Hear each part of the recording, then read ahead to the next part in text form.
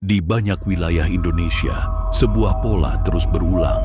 Ketika sebuah masalah terjadi, kekerasan, pelecehan, penipuan, atau intimidasi, warga sekitar sebenarnya mengetahui apa yang terjadi. Dan mereka melihat, mereka mendengar, mereka bahkan bisa menceritakan detailnya secara lengkap di antara sesama warga. Namun ketika kasus masuk ke jalur hukum, satu kalimat hampir selalu muncul. Tidak ada saksi, bukan karena tidak ada yang melihat, tapi karena tidak ada yang berani bicara secara resmi.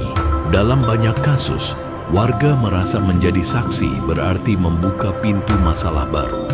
Mereka takut dikucilkan oleh lingkungan, kehilangan pekerjaan, atau mendapat tekanan dari orang-orang yang memiliki kekuasaan informal. Di tingkat desa atau lingkungan kecil, hubungan sosial sangat rapuh. Sekali dianggap pengadu, hidup bisa berubah total. Beberapa warga menceritakan bahwa setelah membantu proses hukum, mereka tidak lagi disapa. Anak mereka dijauhi, usaha kecil mereka kehilangan pelanggan.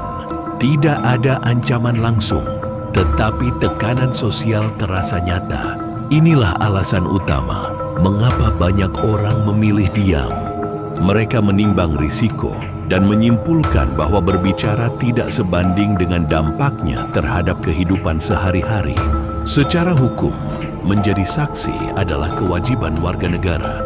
Namun dalam praktiknya, hukum sering terasa jauh. Sementara tekanan sosial terasa sangat dekat. Aparat bisa datang dan pergi, tetapi tetangga adalah orang yang ditemui setiap hari. Di banyak daerah, struktur sosial informal lebih berpengaruh dibanding aturan tertulis. Tokoh lokal, pemilik lahan, atau figur berpengaruh sering memiliki kuasa tanpa jabatan resmi.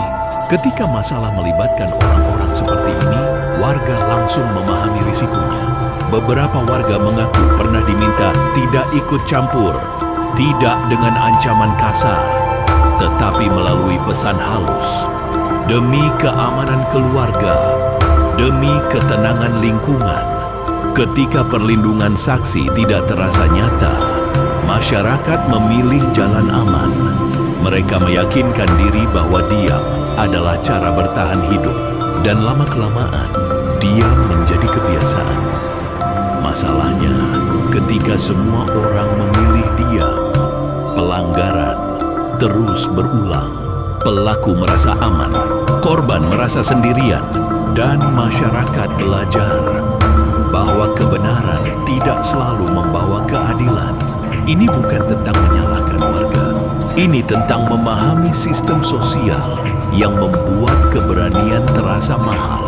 Selama tekanan sosial lebih kuat daripada perlindungan hukum, warga akan terus memilih diam. Perubahan tidak datang dari satu orang berani saja. Ia datang dari sistem yang benar-benar melindungi mereka yang bicara. Tanpa itu, tidak ada saksi akan terus menjadi kalimat paling sering diucapkan. Meski semua orang tahu apa yang sebenarnya terjadi.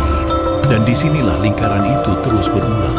Diam bukan karena tidak peduli, tapi karena terlalu sering melihat apa yang terjadi pada orang yang berani bicara.